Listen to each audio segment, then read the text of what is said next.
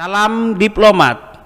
Bincang-bincang tipis-tipis kembali menjumpai Anda bersama saya Herman Tale Daulay di channel YouTube Tale Trias Info. Di channel ini narasumber yang kita hadirkan untuk berbagi pemikiran dan pengalaman akan kita iris-iris menjadi tipis-tipis. Pada tayangan kali ini kita menghadirkan bintang tamu spesial, yaitu Bapak Andra Jati.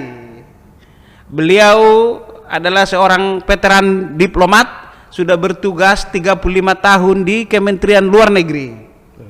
Terakhir kali beliau mendapat amanat sebagai Duta Besar RI di Senegal pada tahun 2012 hingga 2016 dan merangkap 8 negara antara lain Gabon dan Nambia.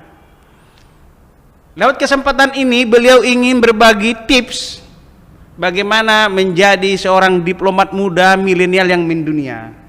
Dan saat ini beliau sedang proses penerbitan buku bertajuk Kiat Jadi Diplomat Muda Mendunia. Oke, kalau gitu Pak Andra Jati, boleh nggak kita berbagi tips dulu, tipis-tipis, berbagi tips tipis-tipis bagi adik-adik kita yang ingin menjadi seorang diplomat, beranjak dari pengalaman abang Anda. Apa sih bang tipsnya menjadi seorang diplomat? Baik, terima kasih Bang Herman, terima kasih juga telah diundang di acara bincang tipis-tipis. Ini penting juga buat publikasi mengenai diplomat, mengenalkan dunia diplomasi ya. Jadi tips yang pertama untuk jadi diplomat itu adalah tentunya banyak membaca karena kita perlu pengetahuan umum yang luas, khususnya pengetahuan umum tentang dunia internasional, tentang berbagai isu internasional, apa saja yang terjadi di dunia ini ya. Kita harus, seorang calon diplomat atau yang berminat jadi diplomat harus mengerti itu, memahami itu ya, mengikuti perkembangan terus ya. Yang kedua adalah kemampuan bahasa, bahasa asing misalnya. Jadi kalau salah disyaratkan oleh Kemlu itu 550 TOEFL. 550 TOEFL ya? Nilai 550 untuk awalnya gitu ya. Karena itu nanti ada tahapan berikutnya lagi. Selain itu tentunya juga ada kemampuan lain yang muncul dari diri, yang ada dalam diri kita ya. Yang melekat ya. Jadi kan yang dipelajari bisa ya, pengetahuan umum dipelajari dan juga bahasa. Saya juga ingin menambahkan pengetahuan umum ini bisa diperoleh selain dari media ya, dari media elektronik, dari media cetak. Ada pernyataan tahunan Menteri Luar Negeri Republik Indonesia yang disampaikan setiap tahun, awal tahun, itu merangkum semua berbagai isu ya, isu internasional dan bagaimana juga sikap Indonesia dalam menghadapi isu itu. Ini penting. Politik globalnya ya. Ya, ini penting buat yang berminat jadi diplomat. Mengikuti itu, membaca itu ya. Jadi harus bagi diplomat muda yang ingin menjadi diplomat mendunia harus aktif membaca buku tahunan Kemenlu ini. Itu sebagai awalnya, titik awalnya ya, bagi yang mereka akan ikut mengikuti tes calon diplomat. Salah satu caranya adalah, tipsnya adalah baca itu pernyataan tahunan Menteri Luar Negeri RI ya, yang setiap tahun disampaikan, karena itu merangkum semua berbagai isu, sikap, ya, latar belakang, dan bagaimana posisi Indonesia. Dan nanti akan dites, kita diminta membuat essay, bagaimana itu pandangan saudara. Tentunya kita harus ada dasarnya kan. Dan ya itu, jadi saya kejar dulu ya Pak, saya iris tipis-tipis dulu soal yang melekat dalam diri seseorang ini. Itu bagaimana cara mengetahui bahwasanya di dalam diri kawan ini ada bakat jadi diplomat? Dan tentunya itu tidak bisa kelihatan ya. Itu akan muncul dari hasil kita tes dengan baik tertulis maupun juga dari wawancara. Ada tes di Kementerian Luar Negerinya. Tapi dari awal kita sebagai calon diplomat atau yang minat jadi diplomat, cocok gak sih jadi diplomat nih? Kerjanya apa sih diplomat itu kan? Jadi ini untuk tes Kementerian Luar Negeri itu harus banyak baca, itulah banyak belajar ya, banyak baca ya, meningkatkan kemampuan bahasa asing, ya, tidak hanya bahasa Inggris ya, bisa juga bahasa asing lainnya, karena juga akan dites juga nanti dalam ada tesnya juga bahasa asing lainnya. Oke, saya pernah dengar namanya ada diplomat karir dan diplomat non karir. Bisa Pak Andra jelaskan itu apa diplomat karir dan non karir? Jadi diplomat karir itu adalah diplomat yang berasal dari Kementerian Luar Negeri. Oke. Ya, dari awal itu adalah dari awal tes tadi saya katakan untuk jadi CPNS, calon pegawai negeri sipil atau ASN sekarang, jadi Kementerian Luar Negeri. Oh, kalau karir itu berarti udah ASN berarti ya? Sudah karir. Jadi sudah lulus tes itu adalah sudah jadi di Kementerian Luar Negeri karir gitu ya. Kalau yang non karir yang banyak dari kementerian lain yang bukan Kemlu. Ya. Seperti atasnya pertahanan gitu ya, atasnya perdagangan itu kan. Kemudian ada duta besar juga yang dipilih oleh presiden karena kan hak istimewa presiden, hak prerogatif. Itu masih PNS juga. Kalau yang non PNS masih bisa juga kan non karir? Bisa dari wartawan, dari siapa saja bisa aja. Iya. Dari aktor aktivis partai bisa gitu ya. Itu kan presiden yang punya prerogatif. Presiden yang menilai orang ini mampu atau tidak gitu. Oke, saya penekanan di karir dulu. Ya. Apa saja yang harus ditempuh oleh yang bersangkutan untuk melewati proses-proses di Kementerian Luar Negeri itu? Jadi pertama tadi kan tes ya. Dari awal dari orang ya mahasiswa yang sarjana yang akan jadi ikuti tes Kemlu, dia harus tes itu jadi diplomat. Ya. Harus hubungan internasional nggak? Di eranya Pak Andra Jati di masa lalu jurusan apa saja biasanya yang mendominasi dia? Pada waktu saya memang banyak dari hubungan internasional ya. Tapi sekarang ini kan sudah berkembang. Jadi tidak saja didominasi oleh hubungan internasional, tapi dari hukum internasional, ekonomi, psikologi, sastra asing ya, sastra bahasa. Jadi bisa. Ya, yang penting lulus tes ya. Dia bisa dari sastra misalnya. Walaupun dia nggak belajar hubungan internasional, tapi dia kalau dia minat, dia membaca tadi kan, mengikuti perkembangan, bisa gitu ya. Kemudian setelah lulus tes, setelah diterima jadi pegawai negeri, harus mengikuti pendidikan diplomat tingkat dasar, namanya Sekolah Dinas Luar Negeri. Oh, masih ada ini. Ada. Itu dibekali dengan berbagai pengetahuan dan keterampilan mengenai diplomasi ya. Bentuk pendidikannya seperti apa itu? Apa di Kementerian Luar Negeri, apa di gedung mana, seperti apa itu? Di Kementerian Luar Negeri, di Pusdiklat ya. Pusdiklat Kemenlu. Ya, di Senayan itu. Jadi tidak hanya materi mengenai apa namanya pengetahuan diplomasi ya, negosiasi, promosi, ekonomi, hukum dan sebagainya. Ada juga praktek-praktek diplomasi sebagai diplomat, misalnya menyiapkan jamuan makan ya. Oh, dibikin ada prakteknya. Ada prakteknya.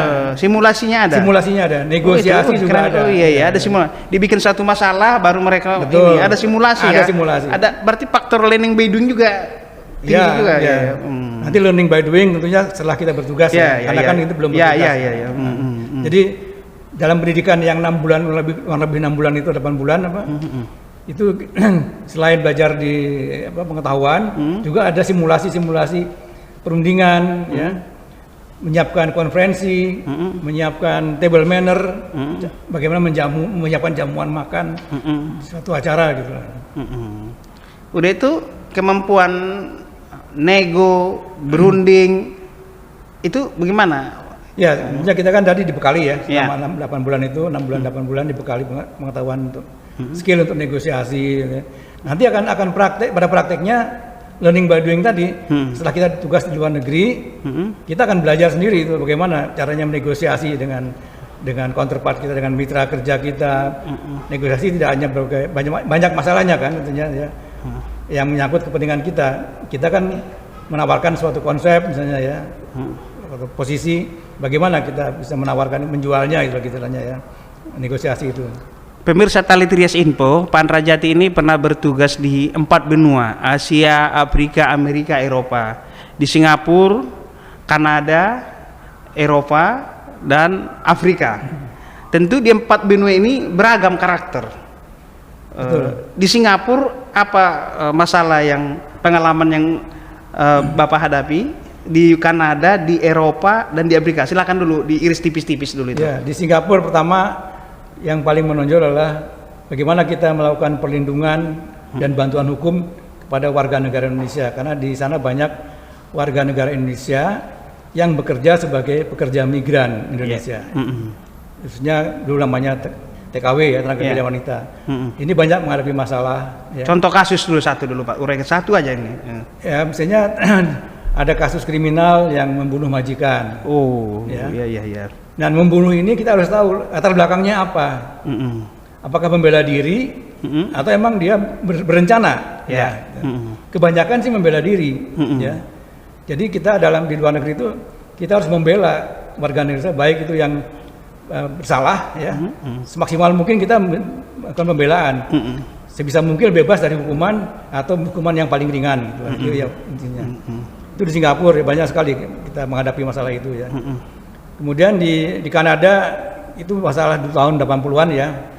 Itu isunya masih. Ya, kembali ke Singapura dulu. Seorang diplomat berarti harus menguasai hukum migran di negara setempat, hukum migran internasional. Berarti seorang diplomat harus menguasai beragam bidang berarti. Betul. Jadi diplomat itu totalitas ya, pengetahuannya itu banyak membaca itu tadi saya bilang ya. Jadi untuk bisa kita membantu warga negara Indonesia di luar negeri, kita harus mengetahui hukum setempat, hukum negara setempat. Bagaimana hukumnya untuk orang yang bersalah, apa yang bisa lakukan, bagaimana celah-celahnya kita untuk bisa memberikan bantuan itu. Jadi itulah pentingnya. Oh, totalitas itu diketahui waktu tes tadi sebelum jadi CPNS sudah ketahuan itu ya, apa karakter orang itu cocok gak sebagai diplomat gitu ya kan? Tapi itu nanti akan diperdalam, diperluas lagi dengan setelah kita belajar itu dalam proses itu kan, proses totalitas itu kan proses tentunya ya. Selama kita berkarir kita akan banyak membaca, banyak mengetahui, banyak berunding, banyak pengalaman lah gitu tentunya. Jadi dari keterangannya singkatnya Pak Andra Jati ini, tugas diplomat ini sangat mulia karena sesuai dengan pembukaan Undang-Undang Dasar 45 melindungi segenap warga negara. Jadi warga negara Indonesia yang bermasalah di luar negeri itu menjadi kewajiban dasar bagi seorang diplomat untuk membantu itu. Betul. Jadi saya jelaskan dulu apa fungsi misi diplomatik ya. Jadi pertama mewakili pemerintah, negara dan bangsa dan negaranya. Atau bahasa Inggrisnya adalah representing. Kemudian negosiasi ya. Kita merundingkan berbagai kepentingan Indonesia supaya kepentingan kita bisa diperoleh ya. Kita kan menjual, kita punya posisi, Anda punya posisi bagaimana gitu kan. Kita berunding gitu ya. Kemudian yang ketiga adalah melindungi warga negara. Alhamdulillah warga negara Indonesia. Kembali tadi itu adalah amanat konstitusi. Alinea keempat pembukaan Undang-Undang Dasar 45. Melindungi segenap bangsa ya, dan tumpah darah Indonesia. Itu kita harus melekat sudah itu. Ya. Kita nggak boleh menghindar karena salah itu. Yang ketiga adalah promosi. Ya. Promosi ekonomi, promosi budaya, promosi negara kita, dan promosi kerjasama antar negara. Yang berikutnya adalah reporting atau memberikan laporan ya. Laporan di tempat bertugas apa situasi negara itu. Diplomat harus bisa menganalisa, mengikuti perkembangan di negara setempat dan dijadikan bahan apa yang bisa diperoleh dari perkembangan itu untuk kepentingan kita. Jadi dengan kata lain, diplomat itu mata dan telinganya negara. Betul. Berarti dia sama kayak intelijen juga dong? Ya, tapi tidak dalam arti kan ini kan resmi ya Pak. Iya, tapi dia intel juga dong. Dia harus menganalisis, melaporkan apa kejadian gitu. Tapi kan kerjanya terbuka. Iya, maksud intel yang saya maksud ini sebagai mata telinga. Iya. Kita harus peka peka terhadap situasi di negara itu. Ada gejolak ini, ada perkembangan ini, bagaimana nih? Ada rusuh di negara setempat, bagaimana melindungi warga negara Indonesia di situ? Ya, kalau ada warga negara Indonesia, misalnya contoh pada waktu saya di Afrika itu ada situasi Ebola, penyakit Ebola. Iya, itu Ebola di Afrika ya. Coba cari ruang. Di sana ada warga negara Indonesia enggak?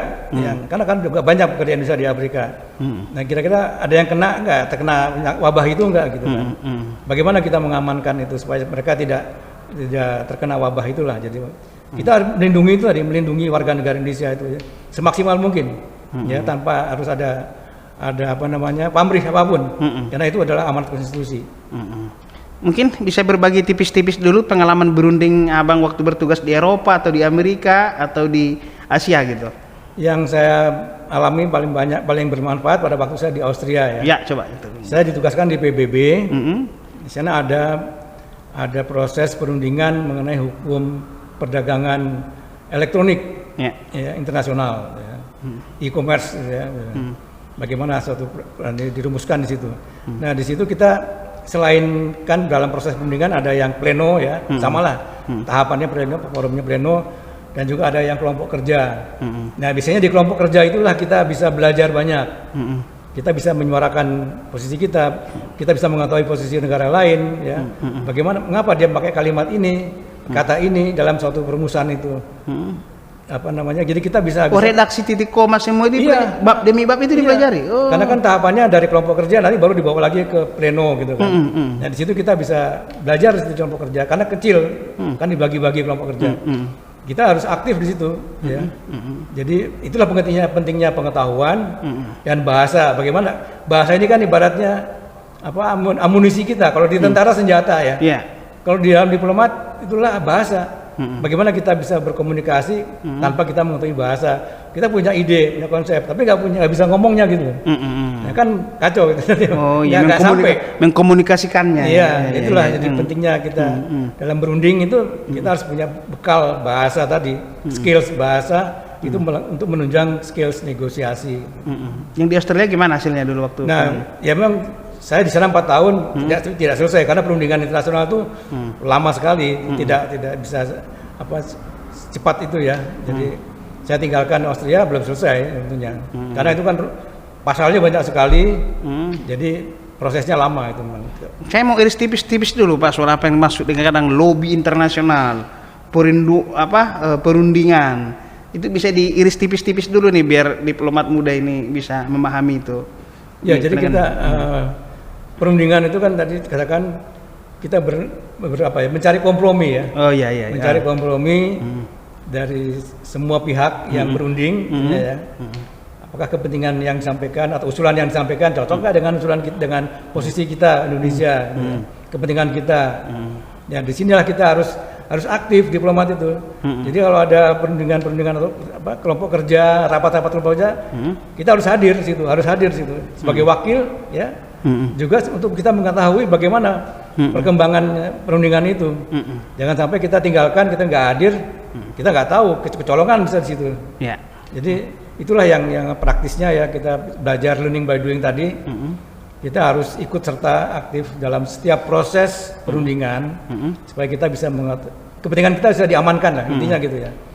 Dan juga untuk di samping yang lewat PBB juga ada perundingan yang bilateral dengan satu negara dengan negara lain, Indonesia dengan negara misalnya Singapura ya. Ada perjanjian investasi, perundingan investasi, perdagangan. Bagaimana kita bisa mengamankan kepentingan kita di situ ya. Karena mereka juga punya kepentingan kan. Nah, ini mengkompromikan supaya sinkron antara kepentingan, win-win lah ya. Win-win solusi dalam perundingan itu.